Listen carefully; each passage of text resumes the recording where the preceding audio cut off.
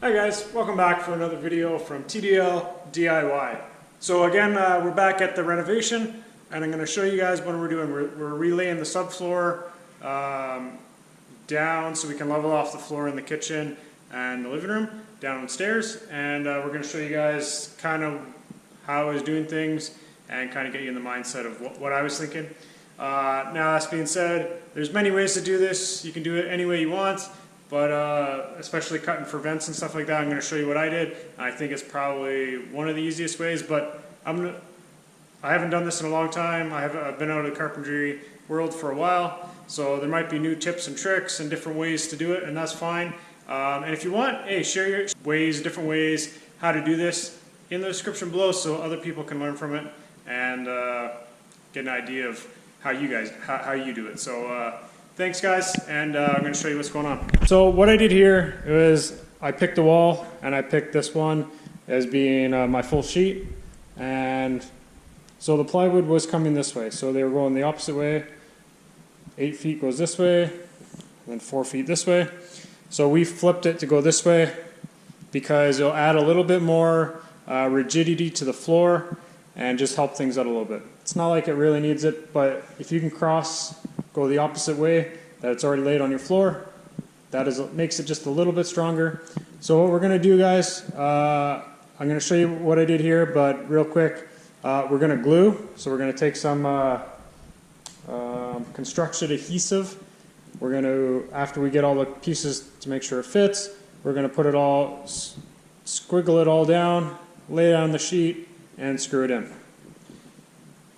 So that's my mindset on that, and we're going to show you guys. So this is how I did it.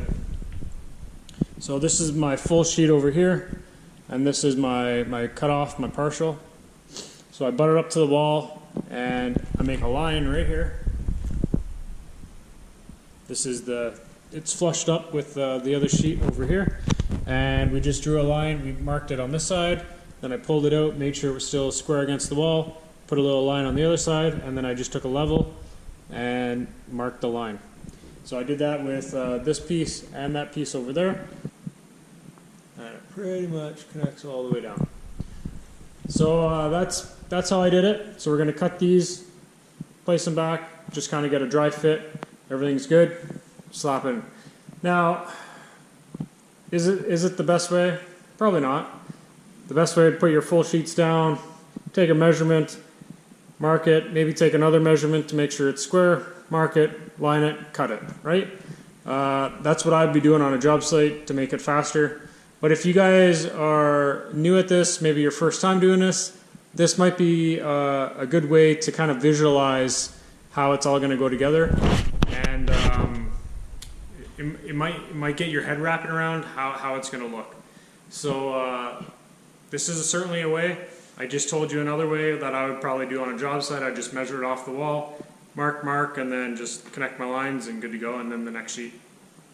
So that's how I do it, but I'm doing it this way just to show you that if you're not really familiar and you're not very good with those type of skills, this might be another easy way to get the same result. There is a vent right here. So how did I get those markings? Okay, so I put this sheet, I moved it over in between this vent and that vent over there, and I got 2 marks, 1, 2. I just put it right beside the vent, marked those 2 lines.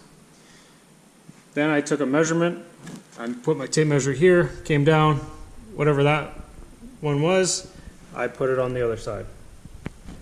Then I did it again, came down, got what that measurement was, and I put it on this side. And then I connected my lines. And after that, I moved the sheet down right where the vent is, but butted up against the first sheet to get this line and this line. And then all I did was I measure from there to there, and I put it down on this line and this line, and then I made this a little bit more bold, so we're going to cut this out, and that's going to be where our vent is. So over here, I kind of show you. So I butt this sheet up right against the next sheet. This kind of gives you a visualization of kind of my thought process here. So this line that I marked here lines up with the cut there. Same with that, lines up there. And then I just brought this sheet down, so the edge was right here. So this edge up here was down here, and I got this line up here. Then I measured, brought it down here, measured, and that's going to be the part I cut out. So hopefully that kind of makes sense, and hopefully that, guys, helps you if you guys have to do this yourself, and kind of gives you an idea that you have to do a little bit of measuring, but you can do a little bit with just placing stuff on the ground, and you can really see where it's going to go, and you see where it lines up, and it's going to be, if not exact, pretty damn close, because these vents, like if you look, if you ever get to your house, the carpenters, they mark it, right, cut it, and it's not always going to be perfect, right? The cuts aren't always going to be perfect, but it's good enough for what this is. This is going to be pretty much exactly what they cut on the ground, so it's going to be pretty damn close. These are just some tools and tips and tricks to maybe make your project go a little bit smoother and not wrap your head around, how am I going to get this? Am I going to put it in the right spot? Stuff like that. Not everybody's good with a tape measure, and it's not always their 100th time doing it. There's people out there like, oh guys, it's easy, don't worry about it, blah, blah, blah. But maybe for the DIYer, first time doing it, could be a little bit stressful. It could be whatever, right? So this hopefully will give them a little bit of tips and tricks to help them out along the way. So with that being said, guys, I'm going to take these pieces of plywood outside because I don't want to make a mess in here. I just kind of cleaned up, even though it is a construction zone. I know. You can just clean up after, but I'm just going to take these out to the front porch. We're going to cut these up, and I have them labeled too. So this is another thing you guys can do. On the sticker, I put 1. Let me come down. I got 2. And my next one starts up here. 3, 4. So I don't mix them up in the cuts and stuff like that because it could be a little bit different. And 5. Now, when we get to over here, I kind of got a board already kind of marked out, but I want to make sure these are cut, and then we'll kind of, I think your first one's going to be the hardest right here. This piece is going to be the hardest, if anything. And then your other one should be fairly easy. We'll probably do, if this isn't 4 feet, which I'm not sure.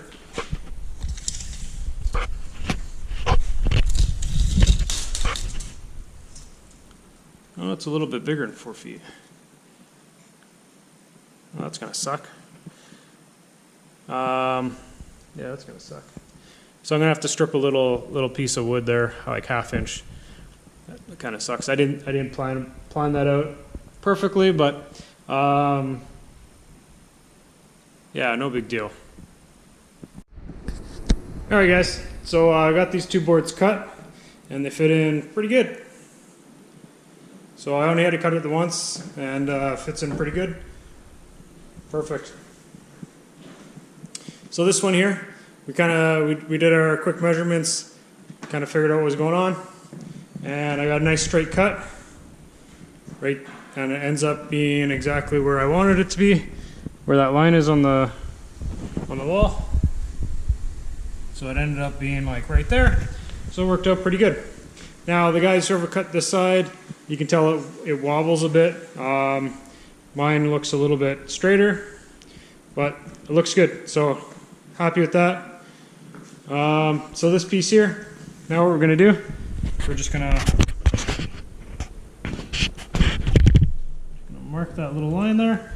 We're gonna pull it out, do the same on the other side, and we'll give her a cut.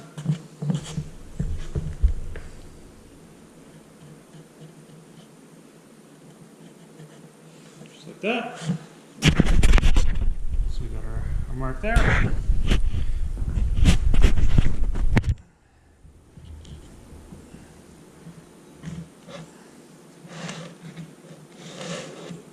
Close.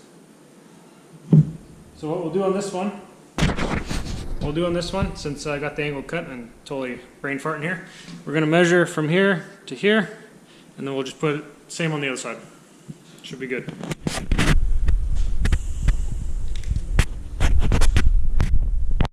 Alright guys, so we got a line marked right here, all the way down. Now we're going to take it outside, give it a quick cut, and come back and drop it in place.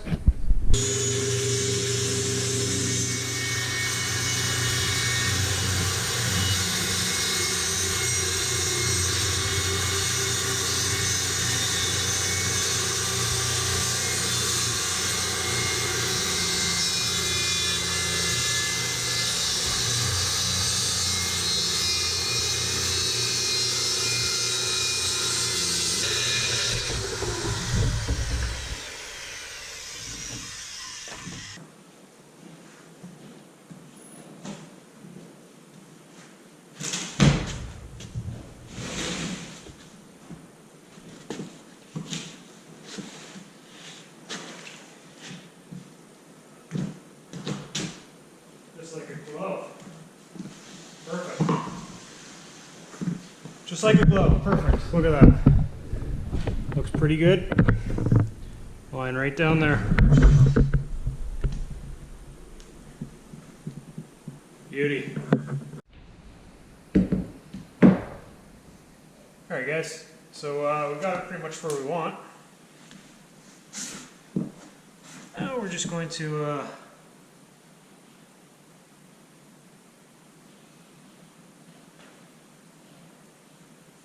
mark it.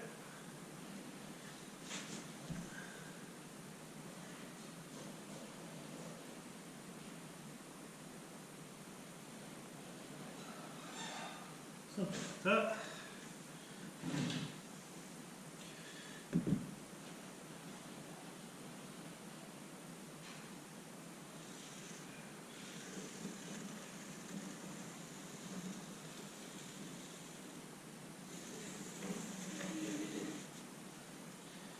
It should fit in there just like a glove. Yeah, should be alright. Alright, we're going to give that a cut, and then we'll get our vent finished off. Come up. Come up.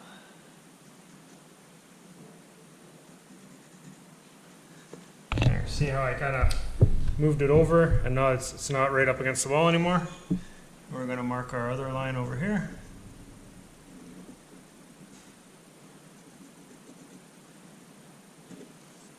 So then we're going to connect all these lines up, and we should be good to go.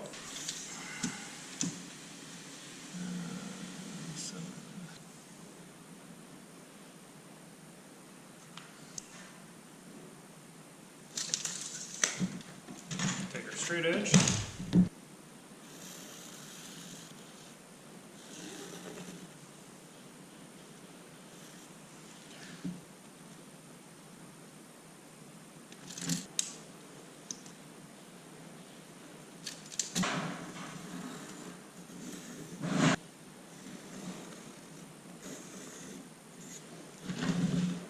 There we go. So this is the part we're going to be cutting out. All this will be cut out. Same with there.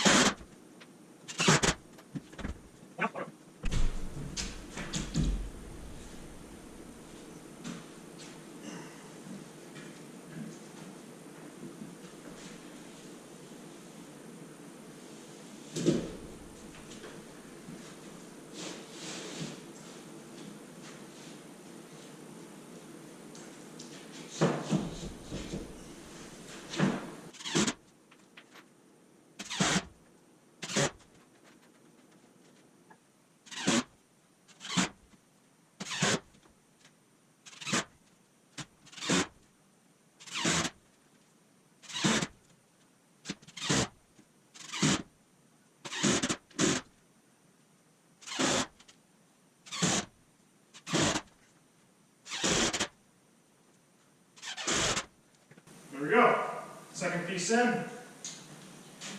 And we're just going to continue going on, probably give you updates here once we're about halfway or so. I think my drill's slowly dying, so I'm going to have to go get some batteries.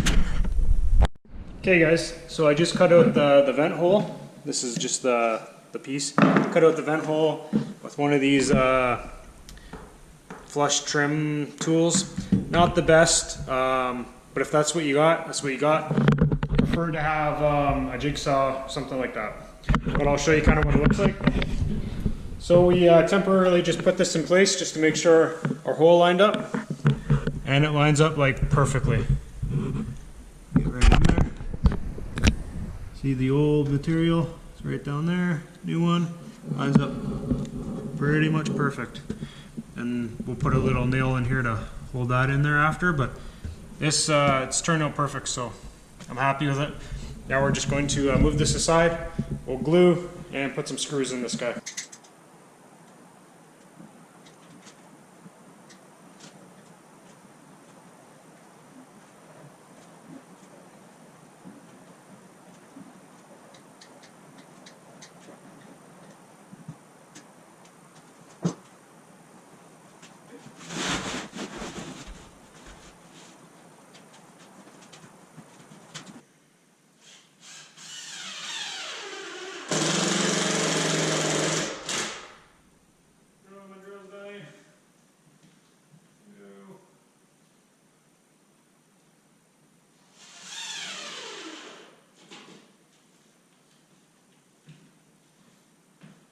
So we got the floor pretty much laid down everywhere. Looks pretty good.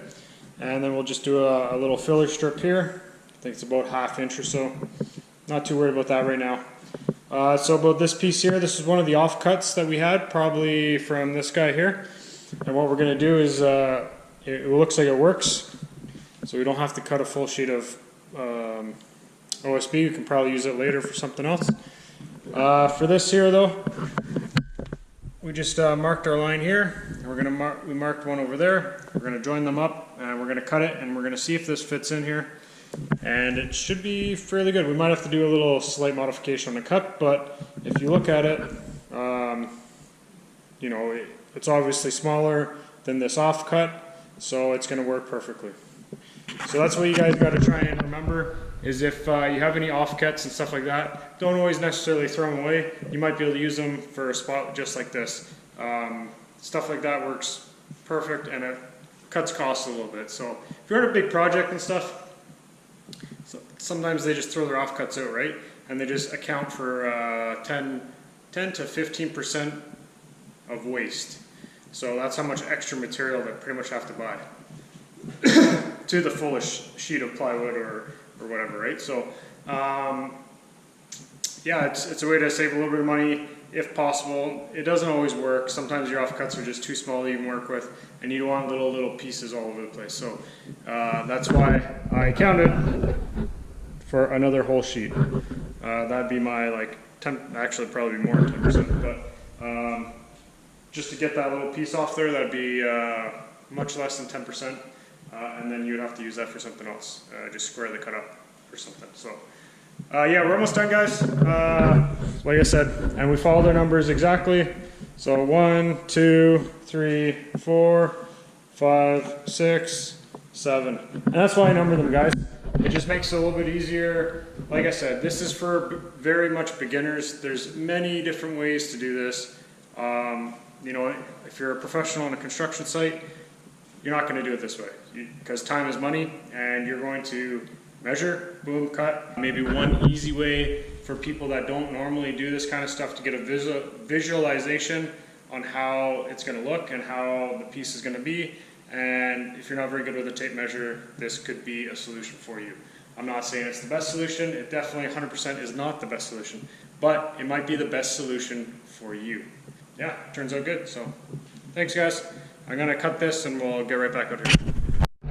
Alright guys, so that last piece is in and it looks great. So it goes roughly here, like that. So that's it.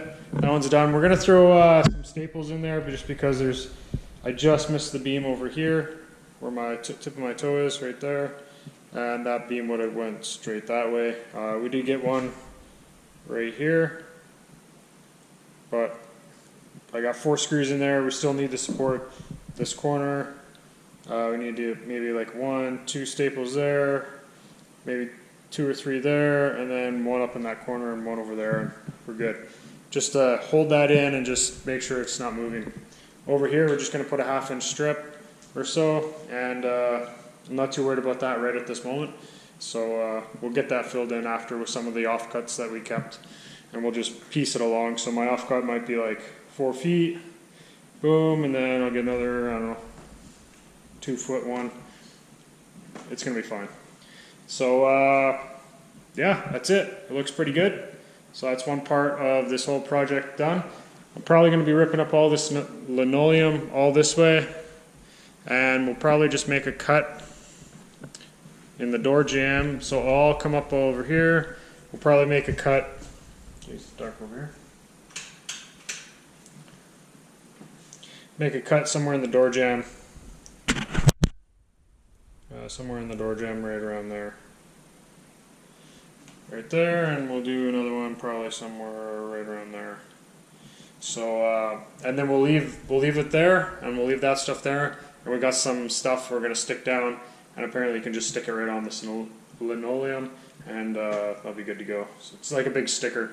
We just boom, stick it down. We gotta make sure all the corners are not peeling up or anything. Once that's good, then we can start tiling in there and there. Obviously we have to take out the toilet and the vanity, or that little sink. But yeah, it's coming together.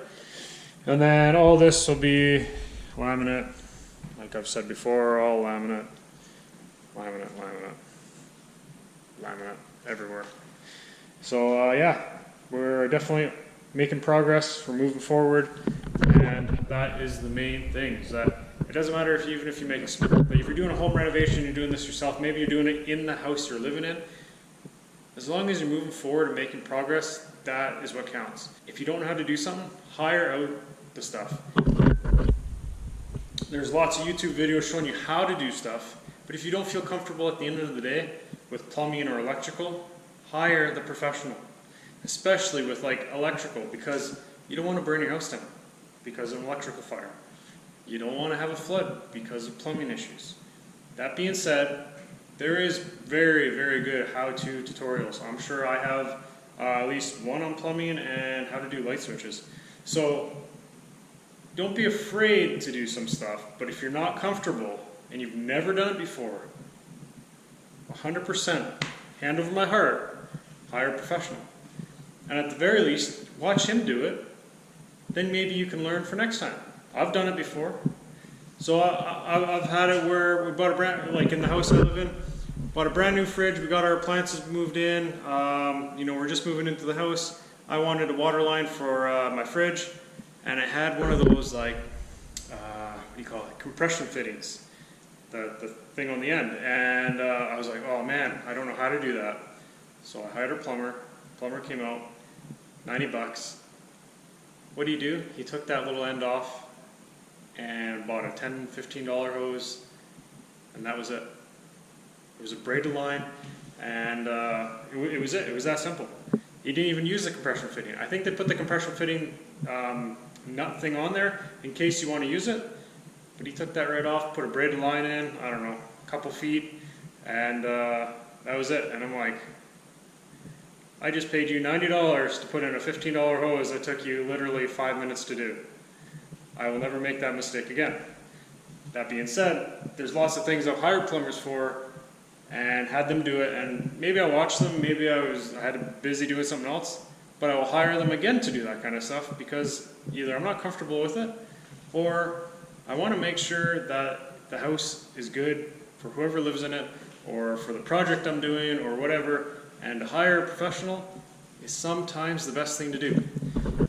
Plumbers also hate DIYers that butcher plumbing stuff and they have to come and fix it. That, you know, but that's how it is. You have to live and learn. And what I'm saying is, don't be afraid to learn.